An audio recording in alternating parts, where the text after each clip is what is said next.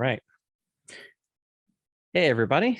This is Jason with Curious About Cannabis. I know it's been a while since I've made a video here. Super busy with all sorts of really cool updates I'm going to be posting soon. But this video is all about my DNA test that I did recently that looks at gene variants associated with the endocannabinoid system. I interviewed on the podcast some time back Robert Brown from Greenway DNA, which is one company that makes these DNA test kits for this sort of thing. And I was super interested in it and wanted to try it out myself. And so they were really, really nice and sent me a free kit to try out and just kind of get my thoughts on. So we're going to check it out. So I've already made a video that I'll end up combining with this one, showing some of the process, what the actual kit looked like, and how the saliva collection and all of that worked. And then it took about 4 or 5 weeks or so, I think 5 weeks. And I ended up getting an email with my test results back. So I'm going to share them with you. So, this is my private medical data, but I will be an experimental subject for science.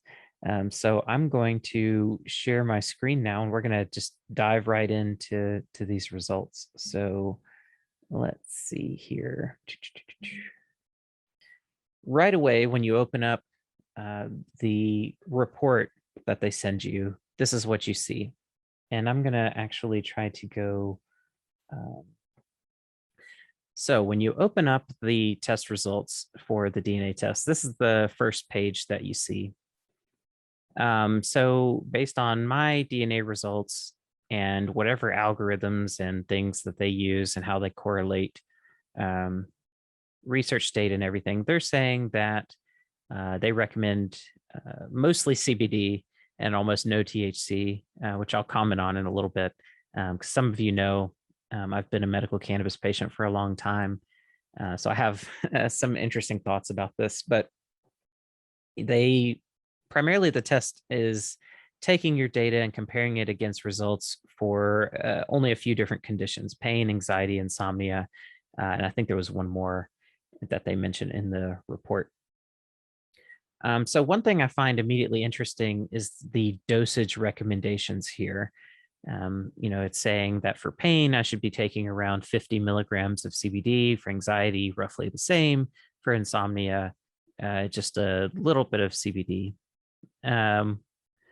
which is interesting because lower doses of CBD can be stimulating and higher doses can be sedating, but that can be very subjective. So that's interesting. And then THC, it's saying for pain, no more than around 2 milligrams, and anxiety, basically less than a milligram, and insomnia, nothing. I actually deal with all of these things: pain, anxiety, and insomnia. So I'll have a lot to say about this. But first, I just want to present what's here. It provides some suggestions for consumption methods. So it says that oils, tinctures, edibles, and cartridges, which when it says cartridges, I assume it means vaporizer cartridge, but that's unclear to me here when I first look at this. And basically it's saying that I need a method that requires a precise dose. I'd be interested to know whether it's possible to get a result back that doesn't require a precise dose. And presumably they're preparing to connect you with products. And these are blank right here, but it looks like eventually they may be referring you to local dispensaries and products and things that fit the results here. I'll have some thoughts to share about that later. Little disclaimer here saying that talk to a medical professional, all sorts of variables that affect all this stuff. So let's go to the next page. Whoa. Okay, so this is just zoom in on the dosaging stuff. So this is where I get very excited, because this is really what I wanted to know. Just what gene variants do I have, and how does that influence how my body works? And so it turns out that I have at least 8 variants of all the variants that they studied.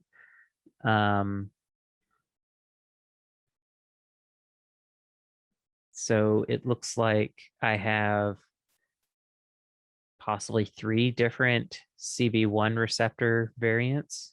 So that CNR1 that you see here means cannabinoid receptor 1 or cannabinoid type receptor 1.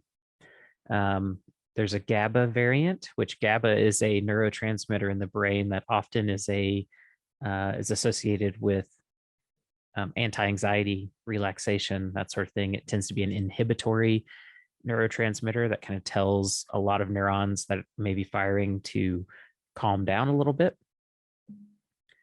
There's a serotonin variant here, HTR1A. I also have a cytochrome P450 enzyme. Is that part of the cytochrome P450 family? I need to go back and look, but I have a cytochrome enzyme variant, which cytochrome enzymes are usually responsible for breaking down all sorts of medications in your liver. So there's all sorts of implications of what that can mean.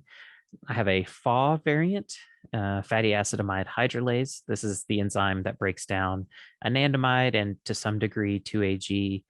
Then I also have a MGLL variant, which is associated with enzymes that tend to break down 2-AG. So right away, this is very fascinating. My endocannabinoid system is, has these variants. So all the way from how my CB1 receptors work, how my endocannabinoids are broken down, how drugs that I take are broken down. And then GABA and serotonin is very interesting because GABA dysregulation is associated with anxiety, which I definitely deal with. And serotonin dysregulation is often associated with both anxiety and depression and other things, which I also deal with. So very interesting. And then there's a page here that just kind of breaks down the results a little bit, talking about how to read the profile. There wasn't a ton of interesting information in here for me. I mean, I'm already familiar with how the stuff works. So I just kind of skipped over that and then dove into here where they have a summary of the genetic tests. And so they're saying they identified 5 variants associated with receptors and transporter genes, no variants associated with signaling genes, which I assume by signaling genes, I don't know if they mean like anandamide 2-AG, enzymes that build those. I'm not sure exactly what they're referring to there. And then 3 variants in metabolic enzymes. So, basically what they're saying here is that for pain, they're talking about the doses that they recommend based on my weight and everything, and the unique CBD THC ratio that they suggest for that. They're saying a 33-to-1 for pain, which I will tell you has not been my experience as being effective for at least not the type of pain that I deal with. My spinal cord injuries, I definitely need THC, but I'll talk more about that in a bit. It says for anxiety, basically CBD all the way, 139-to-1 CBD THC ratio. Then insomnia, very similar. One thing I noticed, I don't see. So if we go back here,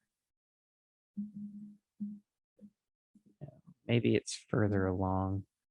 Okay, details of the genetic variants in your DNA.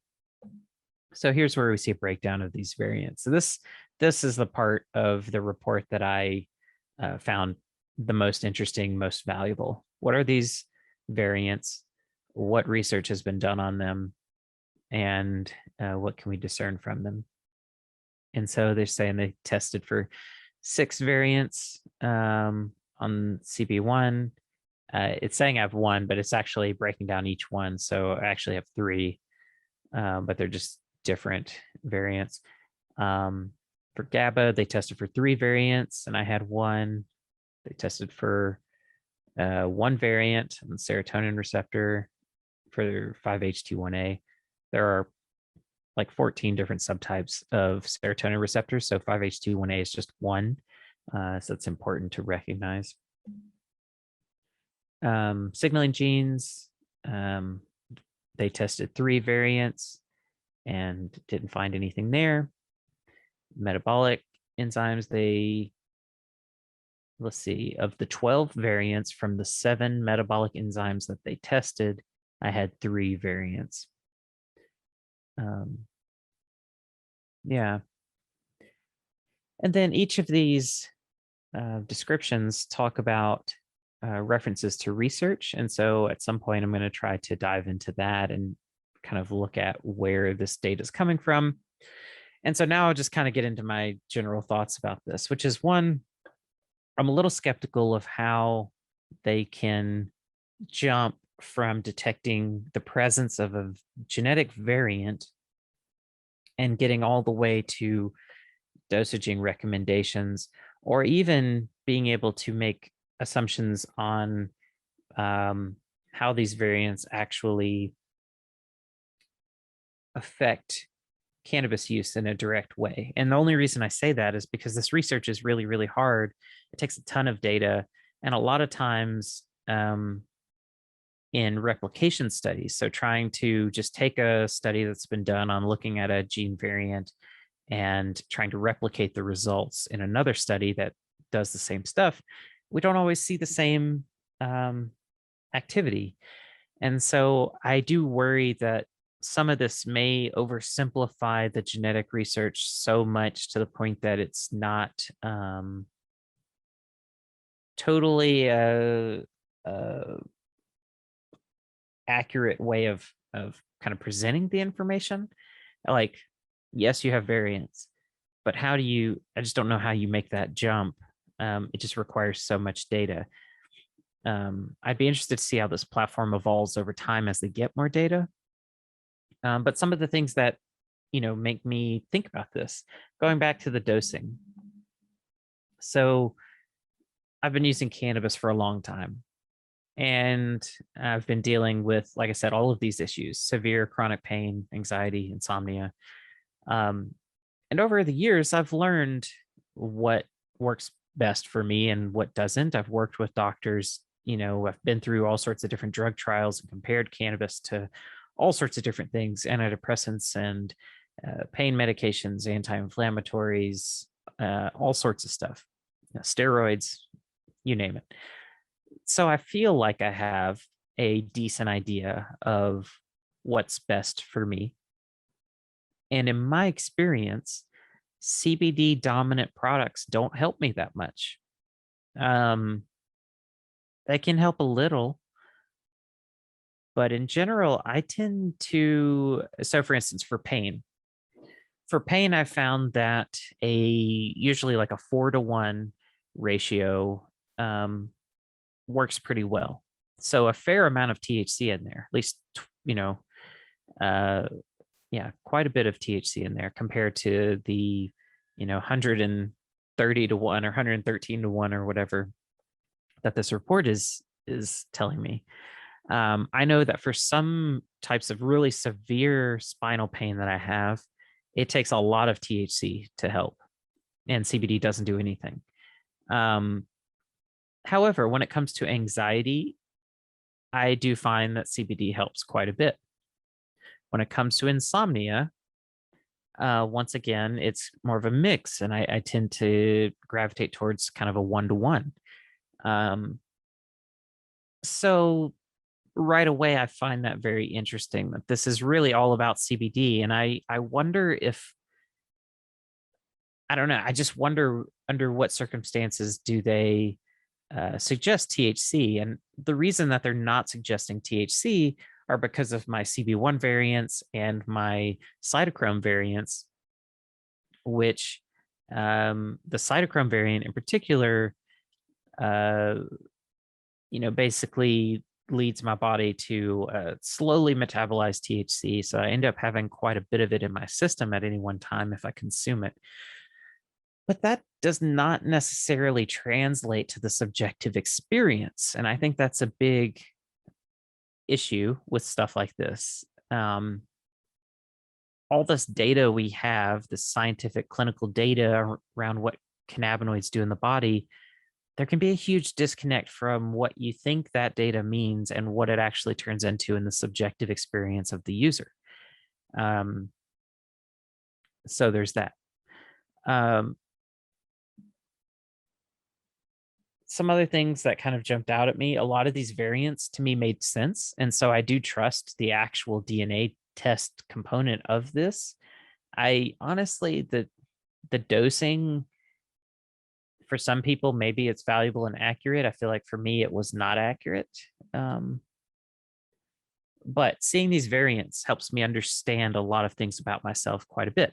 So I mentioned I've been a cannabis user for quite a while. Um, I have always had the ability to consume high doses of cannabinoids without much problem.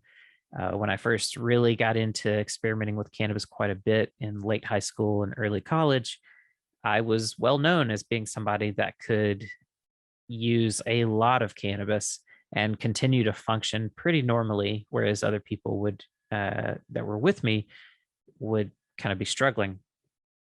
So the fact that my body metabolizes THC slowly and that I have a CB1 receptor variant um, tells me that there's something with that that's going on, that maybe my CB1 receptors don't get stimulated quite the same way as other people. And so maybe I experience the effects in a different way. I don't know why or how these things connect, but it makes sense to me that from my subjective experience, being able to consume really large quantities of cannabinoids without consequence makes sense to me that I have a CB1 variant and a cytochrome enzyme variant. I mentioned that I'm quite an anxious person. It's one reason why I have trouble sometimes getting content out is because I'm extremely anxious. And it's one reason why I don't always go to a lot of in-person events, cannabis conferences and stuff, because I'm just an incredibly anxious person. Turns out I have a GABA variant. It says this variant has been shown to be associated with an increased susceptibility for substance dependence with a variety of compounds, including THC. Well, what that doesn't tell you is that the reason for that is because people with severe anxiety, there's often they often self-medicate in all sorts of ways, and so this linkage between substance use and a GABA variant, it's like, yeah, of course, that's the case with a lot of mental health issues, anxiety, depression, bipolar, etc. There's a lot of comorbidities. People with those conditions tend to self-medicate in some form or another. A lot of them use cannabis. So I find it interesting how they how they describe these variants and the narrative, that they tell, because I think there's a lot more complexity behind all of that. Um, and I would like to see more of that nuance fleshed out. The serotonin variant, so it says increases the risk of anxiety or depression, um, while decreasing the responsiveness to cannabis-based products, including CBD, which is funny because they're telling me to use CBD. I assume maybe the reason I need high doses of CBD in this test, report maybe is because of this variant. I don't know, but certainly I am depressed a lot. I have chronic depression, so um, having a serotonin variant is not surprising. The cytochrome variant, we already talked about that a little bit, but this affects far more than just cannabis. And certainly in my life and my experiences, I've been very tolerant of lots of drugs. I've gone through all sorts of phases in my life where I've experimented with different substances. And what I experience with THC and cannabinoids is the same for all sorts of things other than alcohol. I'm very insensitive, or no, I'm very sensitive to alcohol. I can't drink very much at all. But everything else I can usually tolerate a lot of. And then the Faw and Maggle variants, those are interesting because I don't know what to make of them. I don't know if that means that my endocannabinoids get broken down faster or slower. I don't know how to interpret that. And it doesn't really, let's see if it really goes into that.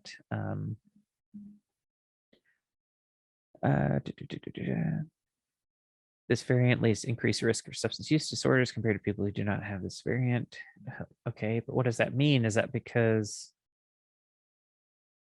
there's a lot of whys that I think because it's so simplified, we're not seeing. Inhibition of this enzyme enhances pain relief, but what? Yeah, so I don't know what to make of this variant. What is it actually doing? I'm gonna have to dive into the research myself and try to see, because making a statement that, this variant may lead to an increased risk of substance use disorders. Okay, but like, why? Like, I care more about the why, because the why is going to tell me more about the implications of this variant than just telling me that I might have an increased risk for substance use disorders. All of this stuff combines to an increased risk for substance use disorder because I'm very tolerant to substances. And so I'm likely to consume higher doses of those things and consume them more frequently. But the subjective experience matters. So there's just so much nuance to unpack here. But that's it. That's the report, 6 pages long. That's the information you get. Overall, I'm really stoked that I did this. It was really fun. I'm really happy to know about these variants, and I'd like to do more DNA tests to better understand all of this stuff. The main takeaways: knowing the variants, awesome. I would love to know those variants and then take that to someone else and have them interpret it. I'm not stoked about the interpretation in general around this report. I think it oversteps a little bit and oversimplifies a lot. And so, I could do without half of this report. Really, the main thing I want is this. Tell me what variants I have, and then I can go do research from that. And that's really, if I were paying for this test, that's what I would know that I'm paying for. But also, I'm a scientist and I think about these things differently than the average person. And so, yeah, I don't know. I don't know how I feel about this overall. I think it's very valuable if you understand the limitations and how to kind of make sense of a lot of this stuff. But I would say the dosing and the interpretations, just don't put too much stock into that. It's very complicated stuff. And I can just, like I said, I've been using cannabis a long time, and I know that these dosaging recommendations would not actually help me. Maybe for someone else, maybe it will. I think that this is telling me not to use THC because of all of these indications for substance abuse. I've talked about that on the podcast before. Cannabis use disorder is a complicated thing. And I don't think it's actually helpful to patients to try to shield them from THC just because of these associations being made, which these associations being made between these variants and potential outcomes is already sketchy. So that's my thoughts. This was the Greenway DNA test. If you want to know what variants you have associated with your endocannabinoid system, I definitely recommend it. It's cool to see all of that. If you're really bought into, this message around dosaging, I'd say, sure, go for it, but recognize that there are some pretty significant limitations to that side of all of this. But I really appreciate Greenway DNA for sending me a free kit and getting my honest opinion about it. Overall, it's been a fun experience. I love doing stuff like this and learning more about my own, genetics and biology and everything. So thanks so much, Greenway DNA, for making this happen. And those of you that go on to try this test out, let me know how it goes for you.